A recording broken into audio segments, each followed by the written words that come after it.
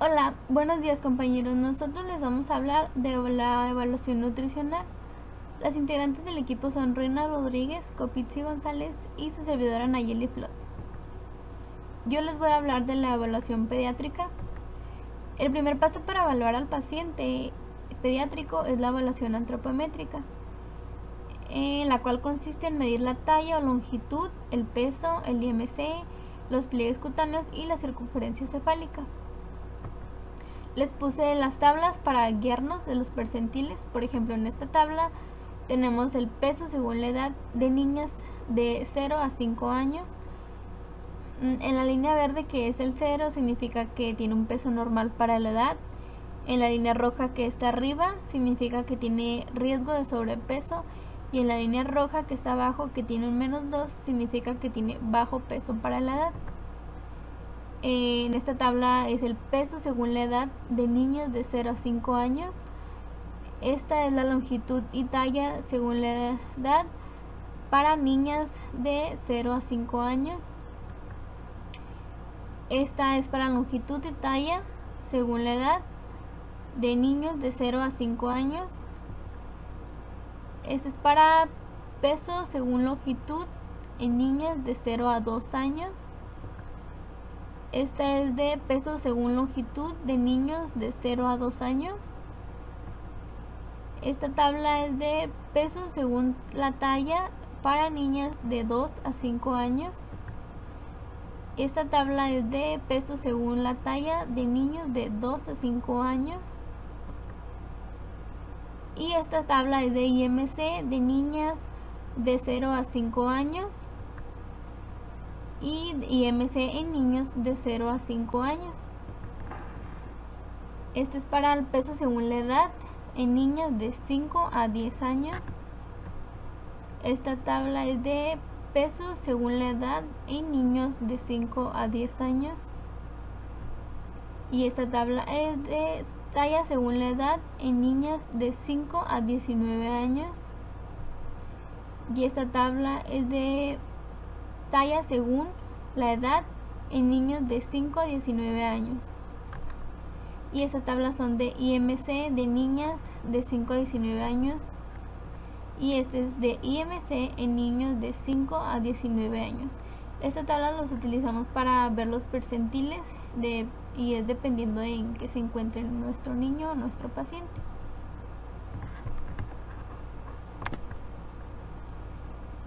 El segundo paso para evaluar al paciente es la evaluación bioquímica. Este debe ser utilizado cuando se sospecha que hay una deficiencia nutricional.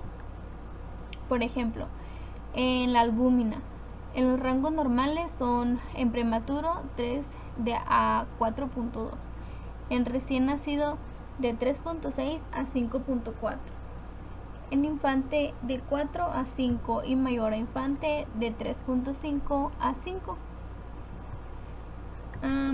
Si no se encuentra en los rangos normales, hay que investigar el por qué. Como aquí podemos ver que la albúmina disminuye por ejemplo, por hepatopatía, por infección, mala absorción, sida, cáncer, etc.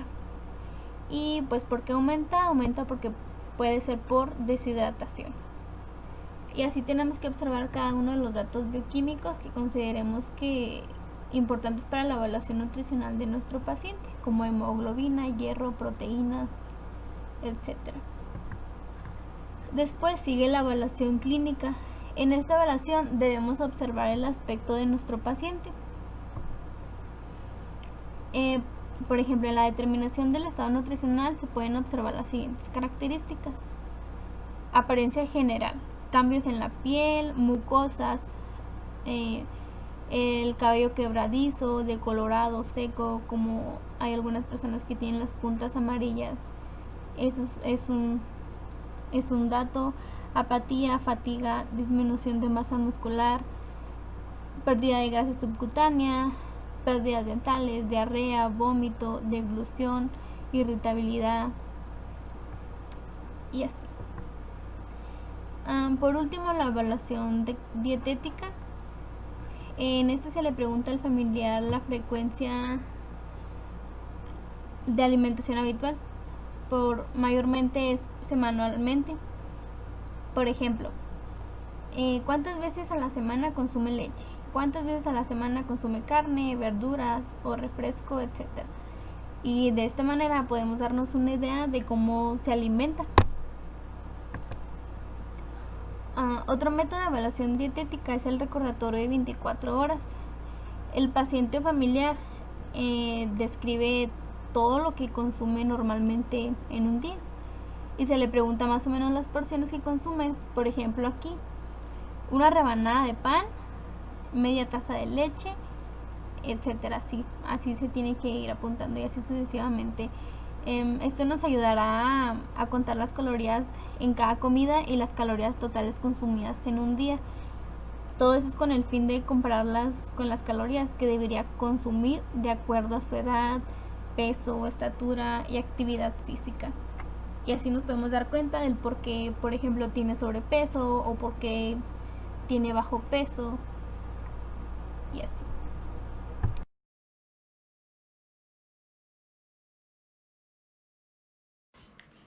Ahora nos vamos a enfocar en lo que es el adulto.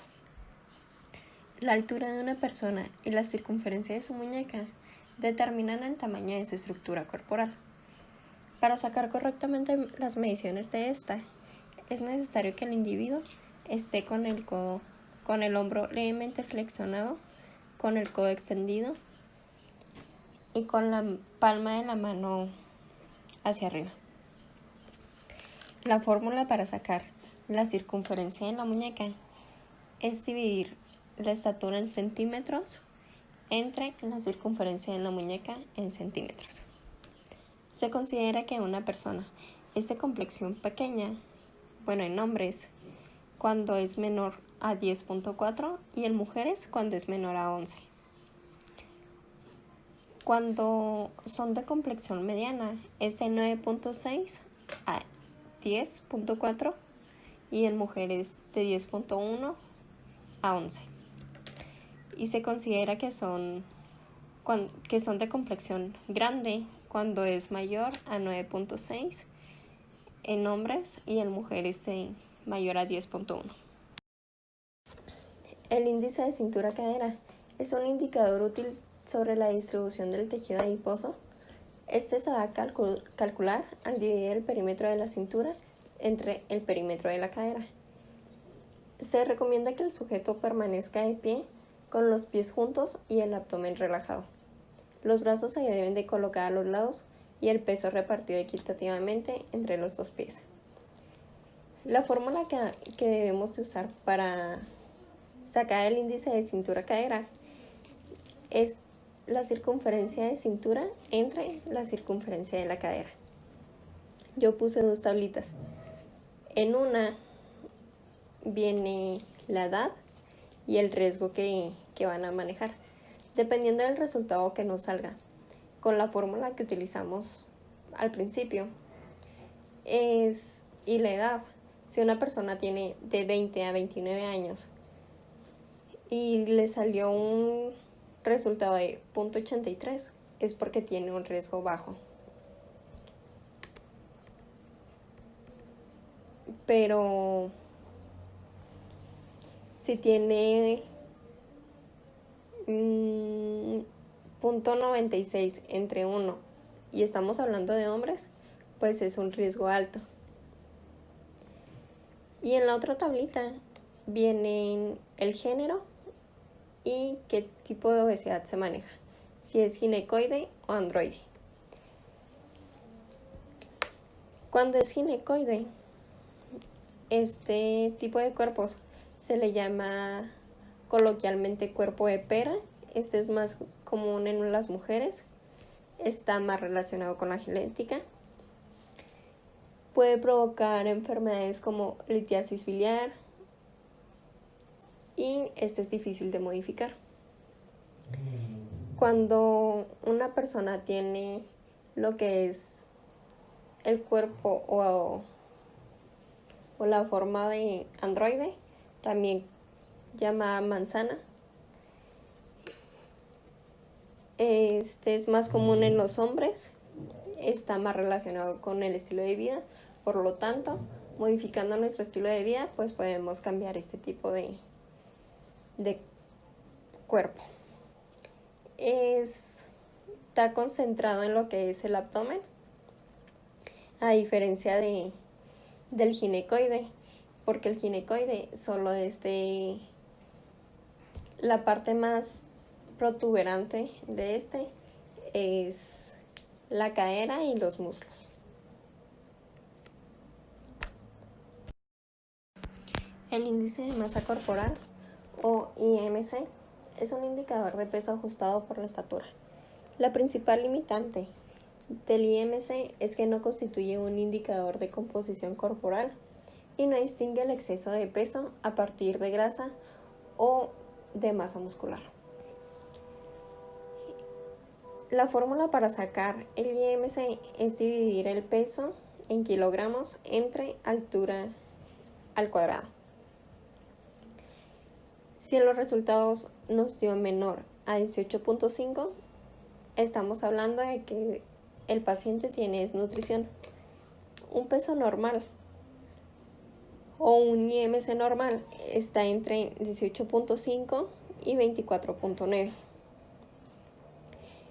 Si estamos hablando de sobrepeso, es de 25 a 29.9 y existen pues 3 tipos de obesidad. Si es de 30 a 34.9, es obesidad tipo 1. Si es de 35 a 39.9, es obesidad tipo 2. Si es mayor a 40, es obesidad mórbida.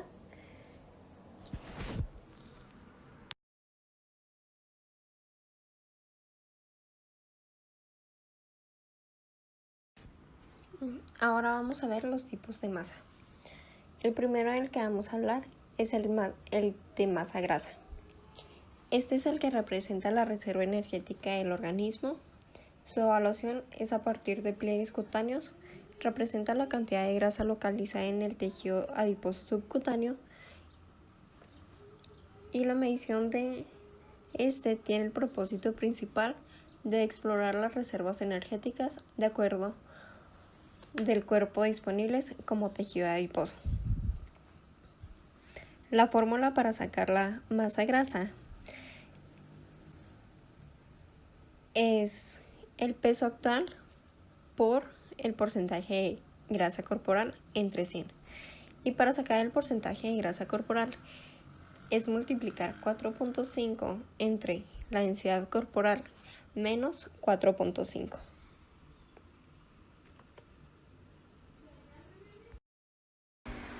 La masa magra es lo que representa el peso del organismo después de restarle la masa grasa. Esto incluye el hueso, el músculo esquelético, las vísceras y el agua.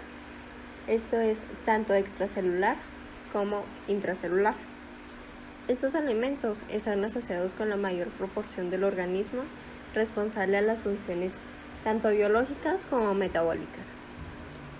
Representa una fuente de energía para el organismo en caso de desnutrición, ya que representa un balance negativo de energía, proteína, agua, minerales,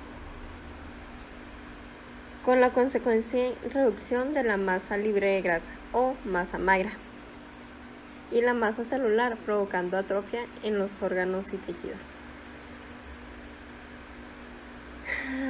La evaluación antropométrica de esto y de la masa de los músculos esqueléticos nos van a representar uno de los objetivos esenciales en la atención nutricia del individuo.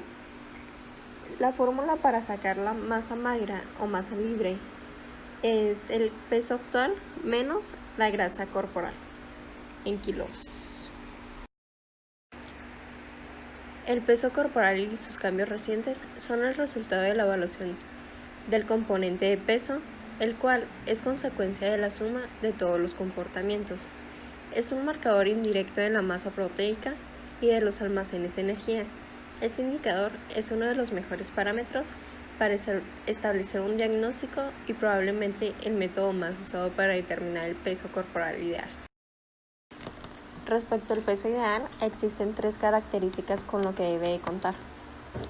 Debe de estar en un peso saludable, el individuo debe de verse bien y se debe de sentir bien y tiene que ser un peso que no le cueste mantener. En la parte de abajo puse una tabla en donde viene dividido entre hombres y mujeres, la talla y el tipo de complexión que tenga. Si una mujer mide 1,50 y es de complexión mediana, debe pesar entre 50.3 y 55.9. Si mide menos de esto, pues se considera que tiene un bajo peso. Y si pesa más de esto, pues ya se considera sobrepeso. El peso habitual es el que la persona ha mantenido durante más tiempo o en un lapso representativo y que él identifica como normal, pero no lo es. El peso habitual puede ser saludable variando los diferentes tipos de etapa en la vida en la que esté.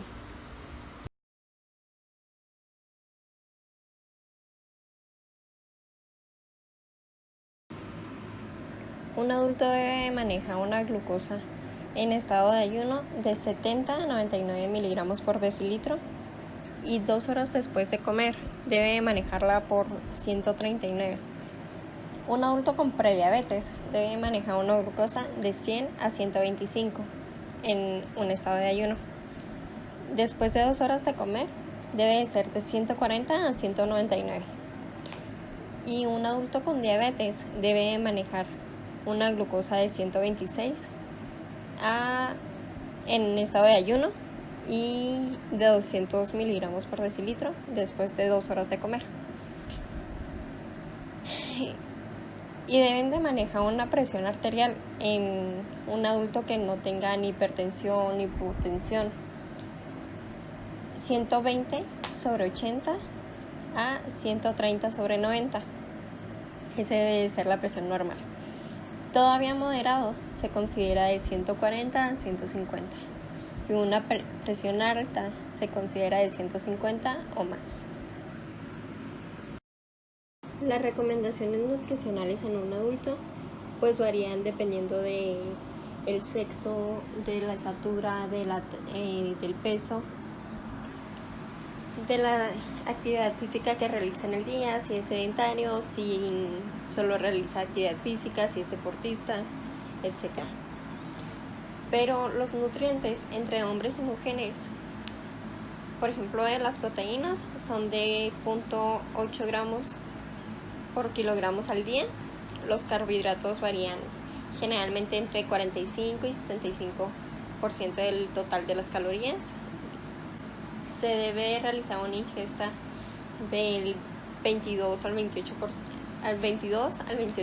gramos al día y el colesterol debe ser menor a 300 miligramos.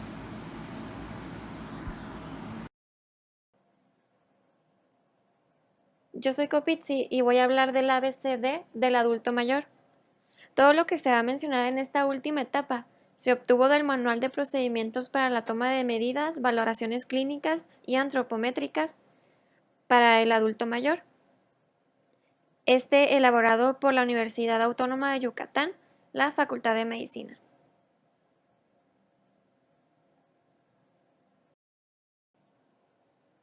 Para evaluar a nuestro adulto mayor, debemos obtener ciertos datos.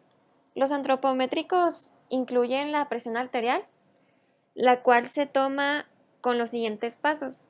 El paciente deberá abstenerse de fumar, tomar productos cafeinados y refrescos de cola al menos 30 minutos antes de la medición, esto para no alterar los resultados.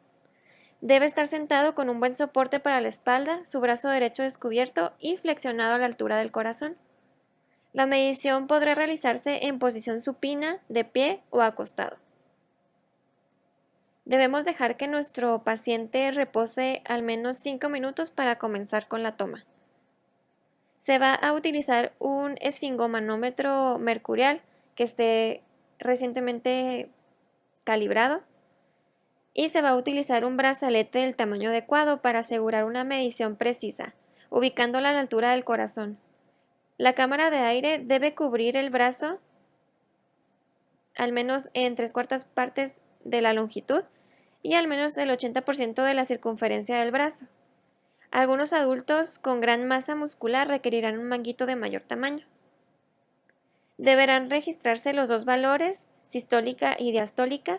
La aparición del primer ruido define la aparición de la presión diastólica y el último ruido se usa para definir la presión diastólica. Los resultados se van a clasificar con los siguientes criterios. Una presión arterial óptima es menor a 120/80. La presión arterial normal es de 120 a 129/80 a 84 y la presión arterial normal alta va de 130 a 139/85 a 89. Seguimos con el pulso. Para esto hay que localizar la arteria radial en el canal del pulso radial, en la cara anterior del antebrazo, por fuera del tendón del músculo palmar mayor, localizándola con los dedos índice y medio, como se muestra en la imagen. Se van a contabilizar las pulsaciones por minuto. Todo se debe ir anotando. Para la obtención de la talla, se necesita un estadímetro portátil, cinta adhesiva y la hoja de registro.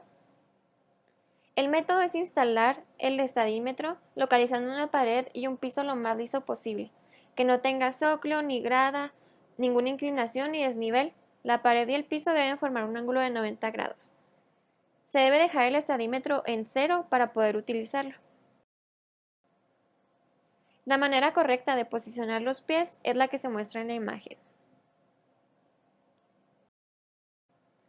El procedimiento para la medición es el siguiente.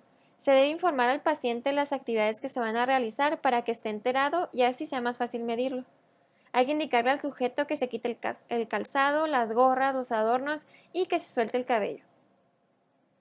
De necesitar ayuda, es muy probable que esté un cuidador con él. Podemos solicitarle su apoyo a él.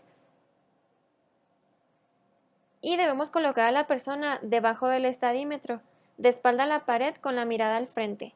Hay que verificar que los pies estén en la posición correcta, como se mostró en la imagen anterior. Hay que asegurarse de que la cabeza, la espalda, pantorrillas, los talones y glúteos estén en contacto con la pared y sus brazos caigan naturalmente a lo largo del cuerpo. Hay que acomodar la cabeza en posición recta. Utilizamos el plano de Frankfurt para posicionar la cabeza de manera correcta y es como se muestra en la imagen. Al hacer la lectura hay que asegurarnos de que los ojos del observador y la escala del equipo estén a la misma altura. Si la marca del estadímetro se encuentra entre 1 centímetro y otro, hay que anotar el valor que esté más próximo y si está justo a la mitad, se va a tomar el centímetro anterior. Baje el estadímetro y tome cuidadosamente la lectura en centímetros. Háganlo 3 veces y hay que sacar el promedio de esas 3.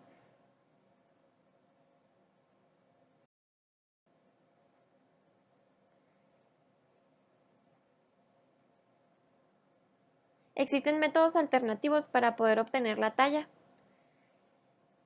Este es la altura de la rodilla y se mide la distancia entre el talón y la parte más alta de la articulación de la rodilla. Esto por la parte lateral externa, con la pierna flexionada en el individuo sentado y formando un ángulo de 90 grados entre el muslo y la pantorrilla. Hecho esto, se va a aplicar las siguientes fórmulas, ya sea para hombre o para mujer, y el resultado se va a interpretar como la altura de la persona si no tuviera alguna alteración estructural o funcional. Seguimos con la medición del peso. El material que necesitamos es una báscula para adulto portátil. Todos los materiales que estoy mencionando son portátiles, considerando que vamos de visita con el adulto mayor, es decir, que vamos a domicilio, y si el adulto mayor puede trasladarse a nuestro consultorio o nuestro lugar de estudio, de examen, entonces pues vamos a utilizar los aparatos que tengamos. El procedimiento para tomar el peso es el siguiente. La medición se realizará con la menor ropa posible y sin zapatos. Se pide al sujeto que suba la báscula colocando los pies paralelos al centro y de frente a nosotros. Debe estar erguido con la vista hacia el frente, sin moverse y con los brazos cayéndole naturalmente a los lados del cuerpo. Vamos a asegurarnos de que la pantalla muestre 0 kilogramos antes de subir al paciente. El índice de masa corporal. Este es la relación que existe entre el peso y la talla. Es un indicador de bajo peso, peso normal, sobrepeso y obesidad en adultos y ancianos. El IMC se obtiene al dividir el peso en kilogramos entre la estatura en metros elevada al cuadrado. Y los parámetros a comparar son como las cifras siguientes.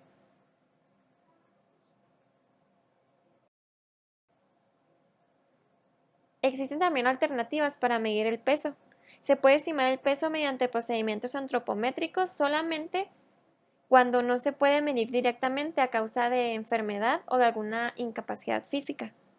Para estimar el peso de una persona encamada es necesario medir la circunferencia de pantorrilla, la altura de la rodilla, circunferencia de brazo y el panículo subescapular.